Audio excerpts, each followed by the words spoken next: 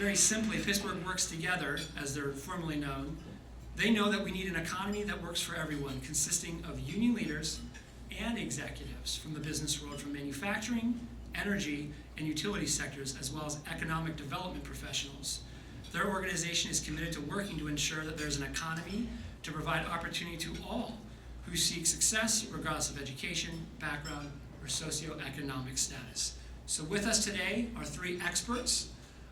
In the middle is Jeff Nobers, who I've come to know over the last few years. Jeff is the executive director of Pittsburgh Works Together. He'll tell you a little bit more about how it got started. He was there from the beginning, as well as the Builders Guild of Western PA. He oversees the organization's its policy priorities to include all economic development, clean environment, energy, and manufacturing. And he has a bachelor's degree from communications, I think, right, from Duquesne University. To his left, your right, we're very pleased to have Michael Huar, who is the president of People's Division of Essential Utilities down in the southwest part of the state. In his role as president, Huar is responsible for providing safe and reliable natural gas service to approximately 741,000 customers in Pennsylvania and Kentucky. Before joining Peoples, he enjoyed a 34-year career with Columbia Gas, serving in numerous director and vice president roles throughout the organization's operating companies, before becoming president and chief operating officer of Columbia's Pennsylvania and Maryland operations. He currently serves on the board of directors of the American Gas Association and the Energy Association of Pennsylvania. He is the co-chair of Pittsburgh Works. He formerly served on the board of directors of the Marcellus Shale Coalition, as well as the Allegheny Conference on Community Development. He is also active in local philanthropic efforts, having recently served as chair for major Pittsburgh area events held by the American Heart Association and Leukemia and Lymphoma Society. He holds a bachelor's degree from the University of Pittsburgh. Hail to Pitt. I had to get it in there. I know I think I saw Ralph Ford somewhere. I apologize. And our very own, many of you recognize this face, Mike Holboys. He is the Senior Vice President for National Fuel Gas Distribution Corporation with the oversight for all utility field operations in all of New York and Pennsylvania. In addition, he oversees the Corporate Security Department and the Pennsylvania Statewide Government Affairs Department. He started his career in 1987 as a management trainee and was promoted to junior engineer in '88. Following years, he was promoted numerous times, advancing to Assistant Vice President of Distribution Corporation in 2009, and then to Vice President in 2015 of National Fuel Gas Midstream Company, where he oversaw the development, construction, and operation of the company's expanding gathering pipelines. In 2016, he was named Vice President of the Distribution Corporation. Holboys received a Bachelor of Science from Clarkson University and an MBA from Penn State, Barry. Thank you, gentlemen, so much for being with us. We're going to try and keep this a little bit conversational. We're going to just start and dive right into it, to the what it is all about. So, Jeff, I'm going to start right with you. There's a novel approach here, for those who don't know, about Pittsburgh Works being this combination of business and union kind of marriage, if you will. It's an interesting collaboration between them, and between corporations like People's Gas, National Fuel, as well as skilled trades all over Pennsylvania. Jeff, why don't you tell everyone in the room a little bit more how this came about? Well, really the beginning of this was many of us in the union trades were growing tired of the constant attacks on the industries that employ our members. Especially manufacturing. U.S. Steel, obviously, a big employer of tradespeople. You may not realize, but in addition to the USW members, at any given time you may have 400 or 500 union tradespeople in those mills working there, doing rehabilitation or maintenance work. So huge customer. And then utilities, again, big customer for employing the union workforce. And in Allegheny County, it really began shifting to a very progressive stance. And, the environmental groups were, constantly issuing statements and reports and so on concerning the quality of air and the dangers of our industries in that region. And we just determined that somebody's got to just set the record straight on what these things are. And we solely use DEP, EPA information. We have a research and policy director who just loves doing research and policy, which are hard to find. And, he assesses these reports that are issued, and then we issue our report, which basically rebuts what these groups have said. And for the most part, I think we've been effective in that. But we also realized that it was going to take more than just the unions or the corporations. Let's face it, the unions have a different relationship to elected officials than corporations do. Whether it's access or just the general relationship. And our feeling was if we can take some of the best corporations we have in the Pittsburgh market, take our trade unions and the USW, and we can band together, we now have a credibility level that you don't get by yourself. And we added into that workforce development people, economic development people, and here we are 5 years later. You're never sure how long and how sustainable these things are. But that credit goes to folks like Mike and Peoples and the other corporate members, because they've hung in there and stuck in there, even on the few times we stirred up some trouble, got some people irritated with us. But they were always there and stuck up for it. And with National Fuel, we were talking to you guys early on when we first started it, and then that little pandemic thing hit. But as soon as we got back to semi-normal, Nathan reached out, and National Fuel and Seneca, joined us as well. So it's been interesting. It continues to be interesting. But I think that's the key, is having labor and business together, setting aside the things that they don't agree on, and really being focused on the big picture. Awesome, thanks. We'll pass the microphone. We'll go to Mike. So which one am I talking about? Go to the left one. That's a terrible joke. Mike, as president, of Peoples Gas and co-chair of Pittsburgh Works, how has collaboration you've seen been a benefit to Peoples and other corporations with this kind of new organization? Thanks for the question. First off, thank you for inviting us. The lunch was tremendous. Whoever's responsible for that, it's great to be here with you.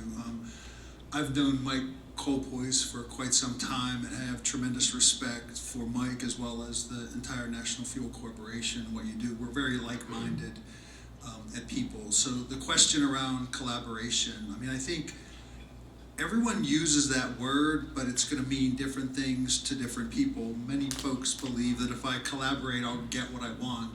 I think Pittsburgh Works many times. It's not always getting what you want, but maybe what you might need. If you're a utility, you're concerned about the economy, you're concerned about an ample workforce to do the significant work that you need to do to keep service safe and reliable to the customers that you serve. That is your charge, that is your mission. So I think, when people tee up business and organize labor, that somehow they would see some type of divisiveness between the two. And quite candidly, we're much more common in our thinking than anybody might expect. So collaboration, candidly, becomes the easy part of it all. There are some ground rules. The rules are, we're for the good of the region and the area, and we focus on projects and economic development and bringing jobs, high-paying, quality, family-sustaining, longevity to jobs that people can sink their teeth in. And I have 5 children, so if you ask me, well, why am I involved? It's, well, what will my children do in the region that I live?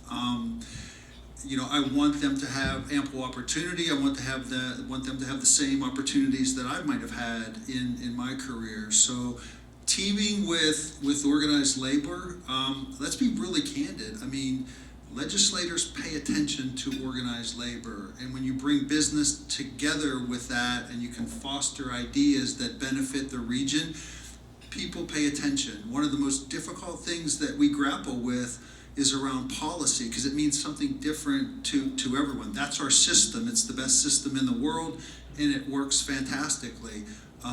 I personally believe that southwestern Pennsylvania, western Pennsylvania, we're at a bit of a crossroads right now.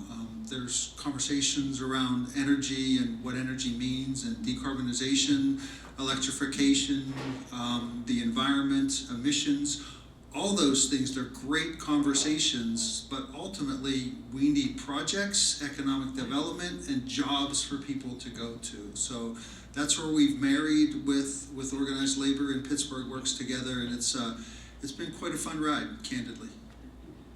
Yeah, thank you. I'm going to come back to you in just a moment on some of the projects, I think. But I want to introduce and let other Mike, Erie Mike, was with that. Erie Mike get an opportunity as well. But certainly Erie and Pittsburgh, they're similar, right? In that we're the two largest metropolitan areas, if you will, Western Pennsylvania. Erie's a little bit smaller. But most of National Fuel's operations really kind of north of more the I-80 corridor, I would say. So how does a company largely with your operations up in Northwest Pennsylvania and across the northern tier of PA fit into this kind of effort with Pittsburgh Works? Yeah, thanks, Desiree. Just echo Mike's first comment. Thank you, Manufacturers Association and Nathan, for setting this up, and Desiree. This is just a great opportunity for us to inform our community and spread our message. And thanks for Pittsburgh Works for making the trip up here. I know they're not trying to create some dynasty, but they're just trying to get the message out, which is really an important message for all of us in the room and for our entire community to advance.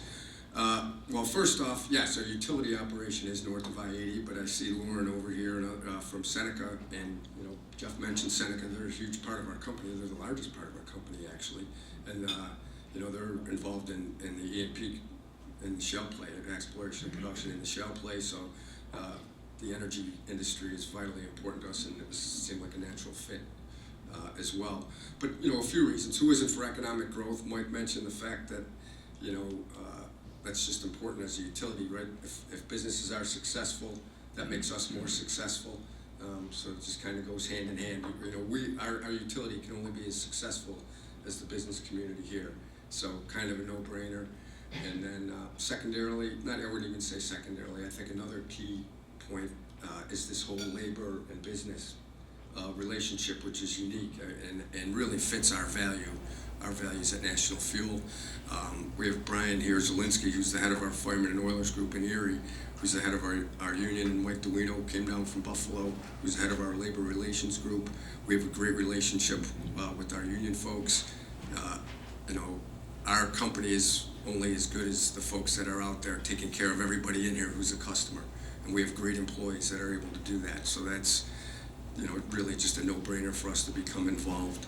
And then, I've known Mike mentioned, had the opportunity to work with Mike on the Energy Association board for several years, and we are very similarly aligned, like-minded, as he said. And so I certainly trust, that was a simple jump, right? When, I found out that he was aligned. I didn't know Jeff, but now I do, so. And I'm still here. Yeah, I'm still here, or we're still here, so we're not leaving. So, so that was an easy thing. And then, despite this being a Pittsburgh thing, and we've talked about this, I heard Jeff talk about this with Desiree on the WPSE. Shout out to the Barron folks here too for their radio station on the PSE interview the other day about these things aren't just in an Allegheny County bubble, right? These are statewide issues that are really important for all of us. And, so we need all the friends that we can get in Harrisburg. And energy policy is just enormously important to the long-term success of our company. So those are the main reasons why we got involved, Jessica. Awesome, thanks. If we're gonna pass it down, we'll go back to Mike real quick, and then I'll ask Ken. Mike, you mentioned projects, focusing on the projects and not letting some of the policy stuff kind of get in the, or not policy, but maybe the politics, if you will, get in the way. what are some of the projects that either you guys have already worked on, you're looking to work on, you're actively engaged in? Could you speak a little bit of that and kind of provide some clarity to everyone in the room to maybe have a better understanding of what that is? Yeah, I think I can do that. So when you think about the work that a utility is doing on an annual basis, Peoples as an organization, we're building about 200 miles of pipeline annually, replacing aged bare steel, cast iron. Our capital program is over $500 million annually. We put almost 2,000 people in the workforce every day for the work that we're doing. So that's our day-to-day grind, and that's our affiliation, with organized labor to get that work done. When you think about projects in our region, there are great examples of significant projects, whether it was the Shell cracker, whether it was the Pittsburgh International Airport that's ongoing. The concern is that these larger projects are now at the end of their construction life, and what are the projects that are next? And I think there's this tendency to want to refer to, well, look at Ohio, look what's going on in Ohio. They've got flat land and their economic development organizations are doing really well, and chip manufacturers want to go there. That's all fair.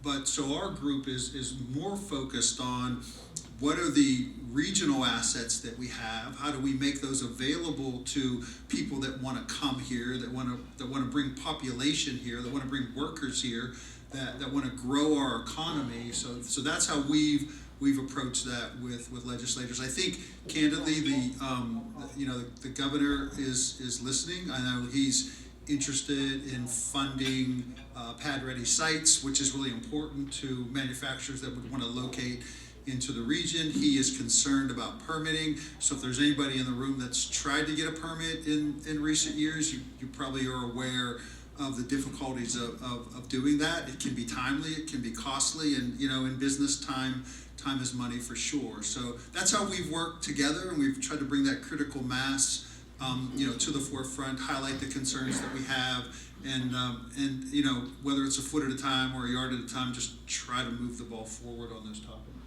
Yeah, you just teed up my next question, Greg, because we just had Secretary Ben Kirshner here recently, just at the beginning of the month, and talked about some of those things, the changes with permitting and some of the process, and we all agree that Pennsylvania has not been very business friendly compared to our neighbors. We appreciate some efforts going that way, but Jeff, if you would, could you speak a little bit more about, you mentioned the governor's budget and some of those pad-ready sites. What's your guys' take on that? How do you think some of that should be developed? And especially what we're looking at when we're fighting with, Mike mentioned states like Ohio all the time.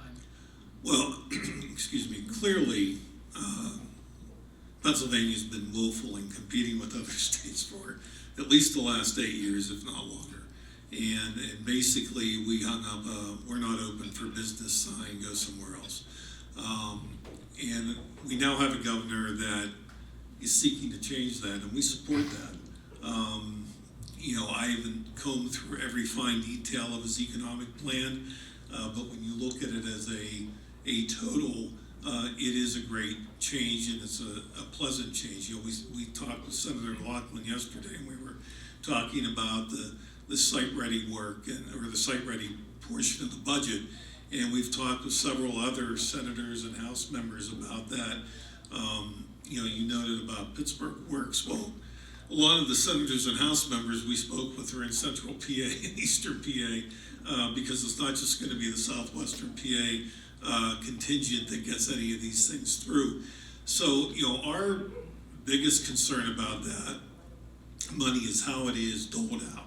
We don't want it to be what things typically become, the political favor. I'm going to need your vote, so here's $5 million, go develop that site. Whether anybody wants to come on that site or not is irrelevant. Here's $5 million for you. So we're really pushing that, these sites are reviewed and approved or selected by economic development professionals, people that do this every day. They know what a site should look like, they know what a company's looking for, and they know the process to get it pre-permitted and approved so that we can really fast-track this. We talk about permits, and that's, you have companies that come here, they're more than happy to be here. One of our board members runs the RIDC. in southwestern PA. And he will tell horror stories of companies that came here, they were ready to roll, and then they asked about how long it would take for the building to be constructed. And he would say, well, 2 or 3 years. It takes 2 or 3 years to build this building? No, it takes about 6 months to build the building. It takes 2 to 3 years to get the permit. And guess where those companies go? Not here. So, you know, the permit reform is a critical portion of this. Awesome. You mentioned something on having independent reviewers. For those of you who may not be familiar, because I'm sure you're all legislative junkies like I am, Senator Gene Yaw, now no one knows what I'm talking about, maybe a few of us in the room, but he recently proposed creating a new energy office that would be independent. I'm wondering if maybe either Mike or Mike, whoever wants to field this one, maybe you could enlighten us a little bit more on what that's about, Senator Gene Yaw's proposal, why that's important, why it matters. Well, I'll take a stab at it. Appreciate it. Yeah. Senator Yaw, first off, is, I would say, from my perspective, the greatest champion for our industry in Harrisburg. You know, we have another one in here, but he's really, he drove the energy choice legislation, which in my mind, again, was the most important legislation that for our business since I've been paying attention. And it almost made it to the finish line. It passed both houses, bipartisan support, and Governor Wolf vetoed it, unfortunately. And it made it through the Senate again at the beginning of this session, and now it sits in House Committee. But so I trust him implicitly that this is a good thing, this independent energy office. And the whole point of it is to have unbiased analysis to create energy development while still keeping the proper environmental balance. All good things. Very big on it they're not mutually exclusive. Very important stuff, and he understands better than anybody the role that natural gas can play in advancing the economic growth of the Commonwealth. I mean, it's really a no-brainer. I mean, we are so fortunate to be sitting on top of this shale. I've said it before, and it's kind of trite, but we're like the Beverly Hillbillies, but we need to take better advantage of it. You know, I mean, Luke Bernstein wrote an article, an op-ed that most people have seen. He's the head of the PA Chamber about the $41 billion in economic benefits that's given. That's just the tip of the iceberg. So while I trust Senator Yaw, I don't know if necessary. It passed the Senate. It's sitting in the House. Not likely to see the governor's desk, I would say. So I don't want to put too much effort into that. And then also, I'm probably, just like most in the room, a little leery of a government agency in the future that's going to be helpful to us. So, you know, I wouldn't tell him that necessarily. I'm happy to have a conversation with him about it. But, you know, We are recording. but that's okay. That's okay. I'm fine with talking about it. But, you know, like 20 years from now, who's going to be in charge of it, right? And we're going to have to deal with it. And really, in our experience, who's going to help it? I was talking to somebody who should be unnamed this morning about it. And you know, 50 years ago, the EPA and the Department of Education were created because we, you know, for a similar reason, I'm sure. And how helpful have they been for us, right? So that's my 2 cents on it. And I don't know if Mike or if anybody else has anything to add. Yeah, I will add maybe a bit of a positive, if that's okay. I'll allow it. Well, you know, as we navigate policy, and I mentioned policy is going to mean different things to different people, an independent office that could at least provide factual information to legislators, elected officials around what the facts of energy, the impact of energy cost, and things like that, the impact on the environment. It's really an opportunity to be kind of shrouded in the facts as legislation is created. So, you know, I like Mike, I'm a bit skeptical on its ability to get through the House and how it would actually work, but I don't think it's a bad thing when facts are brought into the conversation and we base our policy on facts. I think there's value there. Jeff, anything on that? What a novel approach, basing policy on facts. So I've worked in government affairs for a couple of years now, and my goodness, how rarely that's been the case. Ken, I want to ask you, maybe you could provide some more clarity. We talked about this energy office and some other things that maybe have been important to you. We talked about some pad-ready sites and how to maybe do some real-world economic development. But what are some of the I know Pittsburgh Works does some research. You mentioned at the beginning about pushing back against some narratives.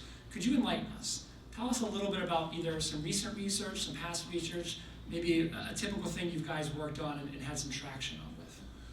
Well, I think, to Mike's point, what we seek to do is get the factual information around the issue or the topic, and we do share that information with every state lawmaker and their staffs, as well as county commissioners throughout southwestern PA, other policymakers, and we have a email list of about 11,000 who are people that opted in, and many of those are, they work in the very industries that are impacted by a lot of this policy or legislation. It's a lot of it is secondary research. I mean, this research exists, and I think that's the frustrating part. This information's out there. It's just having the knowledge of where to look and how to pull it together, and really being able to counter then, what I would say is the half-baked information that often gets out there, and then somehow policy is developed on that information. A great example, just this morning, and Scott and I were talking about this, there's a group in Pittsburgh that came out with a report that said the air is much better in Allegheny County, but people still die from air pollution. Okay, what does that actually mean? And my response to the people folks in the office was, well, cars are safer, but people still die in car accidents. You could say this about everything. And, again, these are these attention-grabbing headlines that seek to do nothing but shock people and try to move an agenda based on shock value and not fact. And, we issue factual reports against the American Lung Association every year.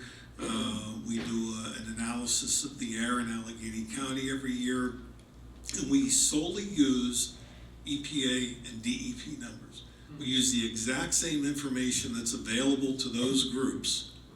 And we merely look at, is it in attainment? Is it not in attainment? And where does it rate against air and other major metro markets across the country? And it's in attainment, it ranks in the middle, better than about half of the top 50 markets and not as good as others. But it's typical for a large urban manufacturing type of area. And if you want to eliminate that pollution, then turn the switch off, because nobody will be there. There won't be anything there. So that's really what we try and push back against, and even legislative things like RGGI. What are the facts of RGGI? How much are you really going to cut emissions and so forth? And again, it's finding the information. It's all there. You just need somebody that has that patience to go and find it, quite frankly.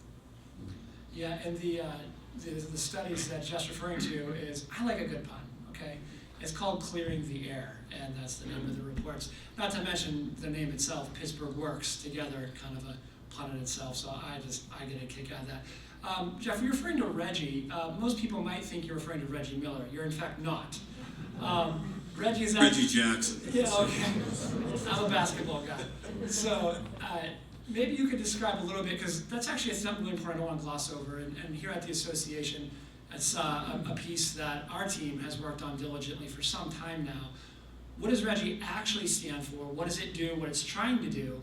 And I'll note this, anecdotally, this is one of the first times that I saw Pittsburgh Works as a group have some real staying power when you all spoke out against that, and you saw, not to take your thunder away, but you saw the highest people in business and the highest ranking people in the unions in Southwest PA standing together, unified on a stage, coming out against this RGGI. And Governor Wolf at the time actually put a quick pause due to this response. Tell us about that and how that came to be. Well, RGGI stands for Regional Greenhouse Gas Initiative, which basically is a carbon cap and trade plan and operates in many states in the Northeast. Our issues with it were many, but chief among them were the statements that were made as to the positive benefits it would bring. It was going to greatly cut emissions from coal-fired power plants. It was going to create clean energy jobs. We hear that one all the time. It was going to, stabilize rates for people. What they don't talk about is, the hundreds of union members who were going to lose their jobs at the very power plants that were going to be taxed, because it is a tax, that were going to shut down. And that defeated the whole premise of RGGI. They were going to tax these plants, take that money, reinvest it in communities to mitigate pollution. Well, if the plants close down, you're not getting the tax. I mean, that's just common sense. But they're still going to want that money, so who's next? Gas-fired plants, industry, us, because our cars emit emissions. And even if you have an electric car, you create emissions. It's just not coming out of the car. It's coming out of the power plant, generating the electricity that's going into your car. So, this could have gone so many places. And obviously, many of our unions were adamantly opposed to this because they build power plants. So that's what really got us onto the anti-RGGI bandwagon, if you will. And, I think this shows how the organization worked. I mean, honestly, a lot of our corporate members, not that they were for RGGI, certainly, but it wasn't a major issue at that point in time for them. They had other issues to deal with. But they were very supportive of what the unions saw as a critical issue. And to me, that really showed the power of the organization. Because you had everybody really band together on something that was far more important to part of the group than the other. And that's happened many times now. Energy choice, the unions jumped all over that at the behest of, Mike and Columbia Gas, who's also a member. So, that has worked. But, the big issues with RGGI, it was terrible policy. The DEP's own analysis, showed that the carbon reduction was so minimal that it was basically unmeasurable. So you were going to do these things to somehow improve the environment of the world. And, by the way, at the same time we were shutting these plants down, China and India brought about 50 coal-fired power plants online. So, us shutting 10 and them opening 50 really has no impact on benefiting the environment. So, we believe in protecting the environment. I mean, we're not anti-environmentalists. I think we're conservationists. And a conservationist recognizes you can utilize natural resources to better the life of everyone, but you still have to protect those resources and the environment they come from. And, not be over there where it's, let's shut it all down, and it doesn't matter if we eliminate jobs or what we do to the economy. All right, thanks for providing that description. I'm sure you all are more enlightened now on RGGI and some of the exciting things we get to work on every day here at the Manufacturer and Business Association. Mike to the left, I want to ask you, what do you see as next for Pittsburgh Works? What's coming up? Where do we go from here? We're going to stay the course. We're not about to jump around on our agenda. We're going to focus on permitting, economic development, growing jobs until people are tired of us. And that's our charge. That's what we feel like we're doing well. And, we're going to continue down that road. I will say, We've started to dabble in the understanding of policy. So as you think about what it's like to interact with our legislators, maybe as an example, the best example I could think of is the Energy Choice Bill last year. I mean, the Energy Choice Bill, make no mistake, was the will of the people, right? Bipartisan support through the House, through the Senate, put it on the desk of the governor, and we couldn't get it signed. All it said is that you, whether it's at your home or your business, had the right to choose what energy source you wanted. That seems pretty basic to the American way of life. It almost feels like you'd have to explain why you wouldn't sign that, right? But it came without ceremony. It just went away. And to me, that leads to this concept of this comment of all the above energy policy, right? The governor has said it. He's in agreement with all the above energy policy, which to me means everything that we currently have, that we currently use, is needed. It may not always be wanted for the future, but it's absolutely needed for today. As an example, December 23rd of last year, 2 years ago, 2022, the temperature, remember that storm? The temperature was at 10 a.m., the temperature was about 57 degrees in Pittsburgh. By 10 o'clock that night, it was minus 30 wind chill, right? On that day, Peoples Gas, across its service territory, delivered what we would consider a peak day, but we did it in 12 hours because of the temperature loss. I have to ask, there's no scientists in the room that are gonna make me believe that something else other than natural gas would have kept homes warm and hot water and the ability for people to cook eventually Christmas dinner, right? So that's the American way of life. It's where we are today. Are we focused on decarbonizing, limiting emissions? Absolutely. Every member of the American Gas Association has taken an oath and asked to create a plan to decarbonize to the extent that we can. And we're gonna do that. We understand its impact on the environment. But our product, in 2006, burner tip rates for natural gas on a decatherm basis were about $6.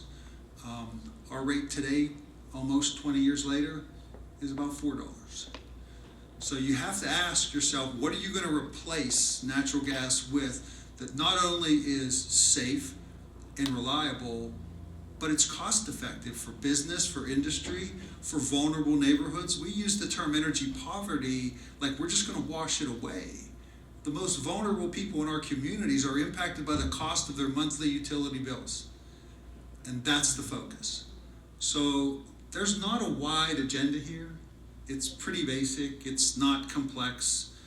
The interaction between business and the labor organizations are very basic. It's all about what is there for us in the future. And there's a couple things swirling around us, national narratives, that I think we have to provide a counterbalance to. And that becomes the focus of the organization. Awesome. We do one more question from Mike, and then we'll open it up for Q&A.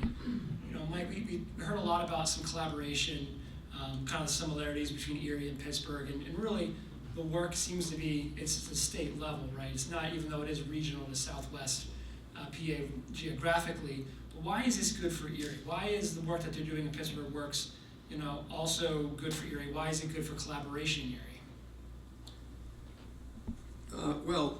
It's hard to top what Mike just said regarding our product, and I think we had dinner last night, a few of us, and we talked about some of these things and about informing, right? I think that's the purpose of this. So, and that's why Nathan set this up, and that's why the Manufacturing Association is so good at helping our community do this. So, to me, the reason that it's good for Erie is we have people in the room who really don't know about our business, and now they're learning, right? They're learning that, and that's huge because, as Mike alluded to, there's this narrative that's all we see.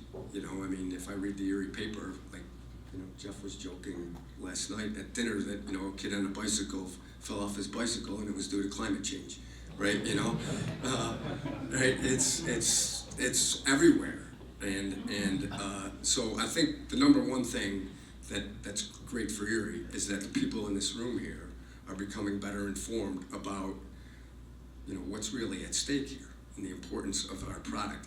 You know, I spent too much time up in New York, even though I grew up there, dealing with the nonsense that we have to deal with up there with the state commission, but who's basically trying to put us out of business. And my family lives up there, my wife's family lives up there, and they're just scratching their heads like, what is going on? This is crazy. You know, if you build a house in 2026, you can't get gas. Who's gonna build a house? What are the builders gonna do? Right? But that's the law.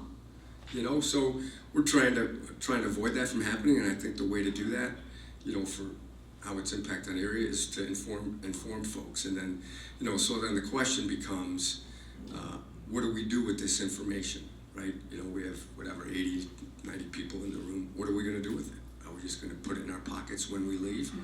Or are we gonna inform our friends and our family about really the impact of some of these policies and some of these narratives? Are we gonna talk to our employees about it? I know personally we've been a little bit hesitant to do that, and it's really had negative impact. You know, how do you get employees then, right, who are concerned about this for a natural gas company? You know, it's a challenge. You know, if you have really clear thinking young engineer, what are you going to work for, the electric company or the gas company? You know, so I think it's really important for us to be evangelists, and I would challenge if everyone has their issues for their own little industries or pieces of the world, and I think the value of these forums is to be able to become better informed citizens and employers, and to be able to spread that, and we can't be afraid to do that. And we also discussed there, like I truly believe, you know, growing up in a middle class blue collar environment. I mean, I know how my mother thinks and my family members think, and all of my friends that I grew up with. You know, they're, you know, the old school, you know, blue dog Democrats. We need to get the common sense majority involved, right? You know, like our union folks, right? You know, we talked with one of the manufacturers at the dinner last night. You know, where do your employees live? They live in the city. You know, and what do they think of the policies of some of these people in the city? Well, they would be totally against that. But are they involved? Right? Do they know about it? So I think it's incumbent upon all of us to really become, you know, for the lack of a better term, evangelists within our own little worlds, and that's the value of this. Couldn't agree more. Cole Boyce for Independent President 2024. Just made his announcement. Too many skeletons. Way too many. Couldn't have said it better myself. I want to open up, if there's any questions in the room before we wrap up today. I'm sure there's one or two. If anyone wanted to ask our panel a question, now would be the time. Senator Laughlin, that was a quick hand. Look, I only wanted to jump in line because I got to leave in about 5 minutes. But Thanks for coming. I think what you folks are doing with Pittsburgh Works is pretty awesome. And so often in the legislature, you know, you have one side of the aisle likes to talk, we're pro-worker, the other side tends to be pro-business, right? We all bear that responsibility. But what I will say to you is you can't be pro-worker without being pro-business, because they have to have a place to go to work. So what you are doing is great. I fully support it. And then I'll be brief. Regional Greenhouse Gas Initiative. I have spoken out against that every chance that I can, because it is going to tax our businesses and send the products to be made in China, where they are burning coal, make products.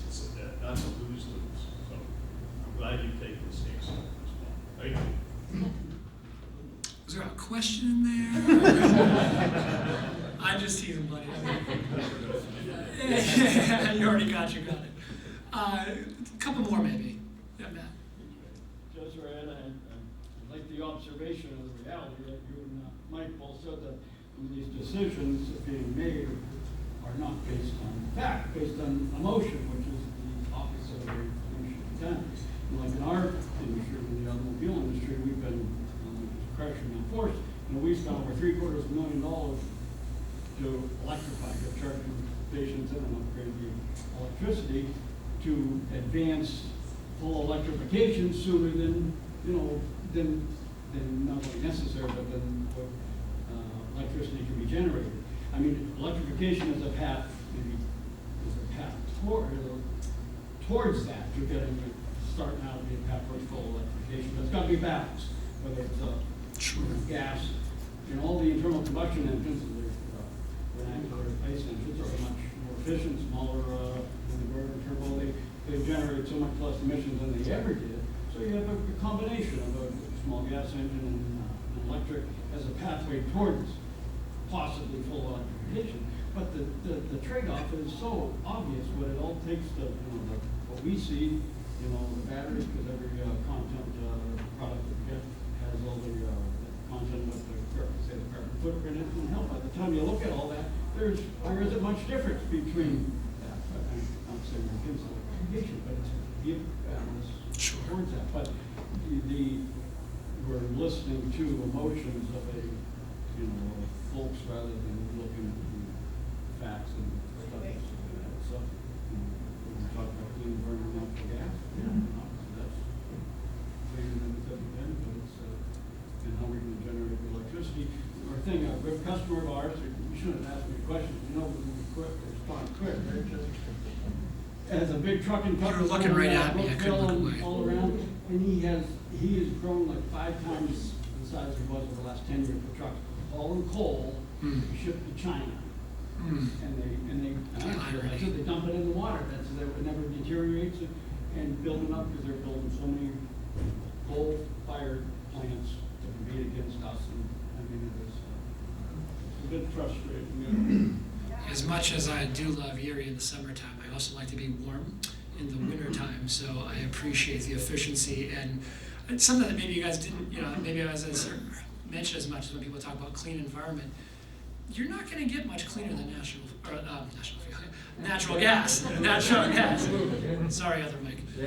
He's from up here. So, other questions or statements, I suppose. A hand in the back.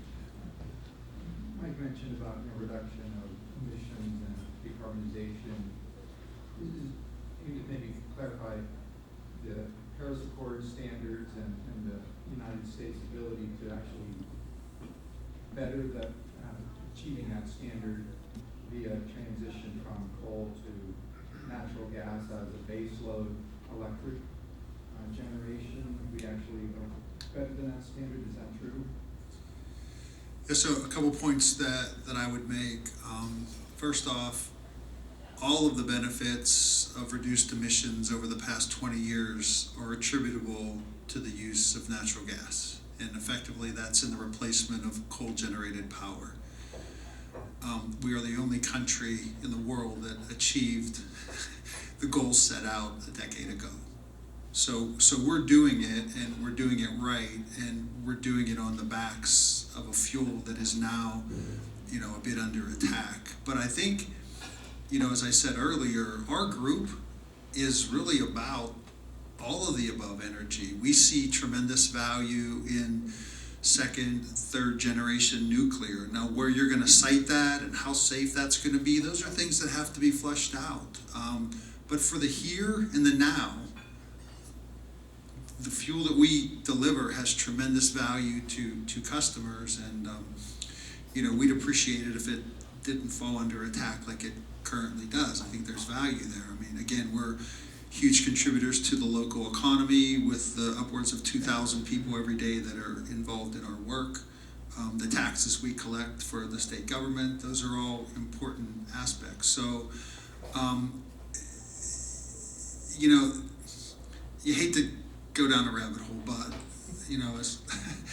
I've been in energy for 38 years. And in all honesty, whatever fuel has been on top, it's the one that gets attacked.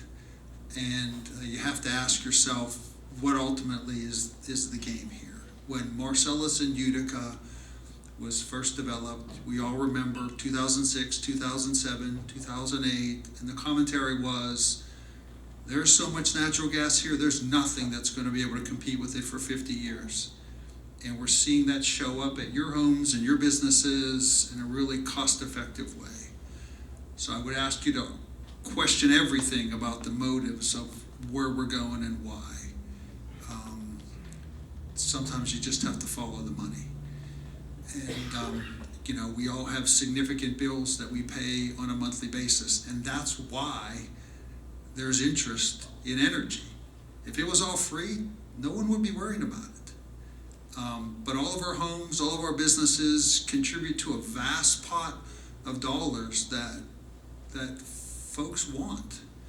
It's just the reality of how our system works. Again, the best system on the face of the earth in the history of mankind. All I'd say is our group is solely focused on all of the above energy policy that just keeps that going. That's the driver.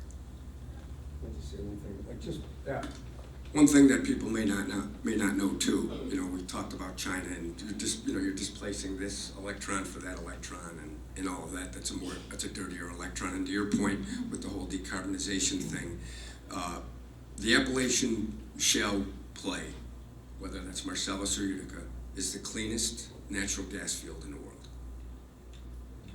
We have, like, Seneca produces, a BCF a day? Right? Over a BCF a day, which is a ton of gas, right? Just say that. It's all responsibly sourced, so we've had to meet, and we're not the only producer. I think most of the, if not all, I'm not sure, I'm not a production guy, but most, if not all of the producers, EQT, Range, who Scott used to work for, and the Senecas of the world, have met these different standards. There's multiple out there, and so what that basically says is every step along the process of drilling that well and extracting that gas, we've reduced our methane footprint, right? So then that's made us the cleanest basin in the world. So who can do it better, right? That's the Toby Rice argument about LNG, transporting LNG, to power the world, right? Because you're using clean gas from our basin here to power others throughout the world. So I think that's worth mentioning too for folks. Yeah, that last word in from Ken, what's the last thing that people Well, should know? I wanted to, Mike hit upon a point that we often talk about, so why don't you elaborate on it? No, I think it's really represented by the folks in the room, and that is that your business, you want inexpensive energy, right? Because that keeps people employed, that helps you grow. We can talk about natural gas and its low cost, but ultimately what this is all about are jobs, creating jobs. And if we can keep our basin low, gas here trades at a discount to a national average. We deliver it dollar for dollar to homes and businesses. If there's a benefit there, then why wouldn't that be an attraction to people to come here and take advantage of that, whether it's for homes or businesses? So again, I think to close, it should be, and it is with our group, it's all about the jobs that and our way of life. And we'll stay that course. Paul? I read a lot about, or continue to read about, carbon capture. I didn't hear anything talk about that, and I'm certain that that's something that could be beneficial to the fossil fuel industry. First of all, is it legit? And second, is the energy business making any investments into carbon capture? When I say carbon capture, I think of capturing the carbon as it's being emitted. I hear about these things where they talk about we're going to remove it from the atmosphere. And then I think about how big the planet is, and I don't know where the carbon resides, or the CO2 resides in the atmosphere. I don't know how you filter that all out. So that's my question. And I just would make a note here that to promote events like this, you never know when you come to an event like this and find out you're going to be reunited with a fraternity brother you haven't seen in 30 years. Scott and Range, and that's my buddy over there, Scott. Thanks, Paul. Come to all NBA events. We have a big one in October. It's real exciting. Can't believe you owned up to that, but okay, I've known Scott. So not an expert on carbon capture. I know recently the legislature, the Senate, took a bill out of committee to allow for that to happen, maybe a structural bill for carbon capture to be investigated. that won't be cheap. It's not going to be inexpensive. There are a couple other alternatives out there. You mentioned just pulling carbon out of the air. That's happening in Europe in certain plants. Again, vastly expensive. But if you're in a cap and trade situation where you're creating energy credits, those are the economic drivers of projects like that. Peoples is currently involved in a project where natural gas is the feedstock and hydrogen is created, and the byproduct is also carbon black. So you're just removing carbon, and the value of the carbon black is something that maybe has a commercial value to businesses, used in tires, asphalt, things like that. So my personal view is carbon sequestration in the ground, putting it in the ground. It's going to be difficult. The geology in Pennsylvania is not perfect for that. I think it can happen, but it's not perfect. I think ultimately, if we could find a use for the carbon itself as a commercially valuable end product, that may be something that could be advantageous. We're also looking how hydrogen impacts our system. We have a combination of bare steel, cast iron, plastic facilities. How does it impact appliances that actually burn the product? Around the world, hydrogen is injected into natural gas at somewhere between 5-15%, some countries as high as 20%. So from your natural gas utility, that's probably the greatest you're going to be able to get in terms of a blending opportunity. You may see hydrogen as an end use on-site at major manufacturing facilities that are able to take advantage of whatever constructs are in place, with carbon trading or environmental attributes, things like that. There's a lot in the mix. Again, not the expert on it, but just this is what we're encountering on a daily basis. Awesome, thank you so much. We are coming at the end of our time, and I don't want to keep people longer than what we promised we would hold you for. I'm sure you might be able to catch them in the hallway before they leave and prevent them from going back down to Pittsburgh if you've got a few more questions. But I hope you all join me in a round of applause thanking our panelists today.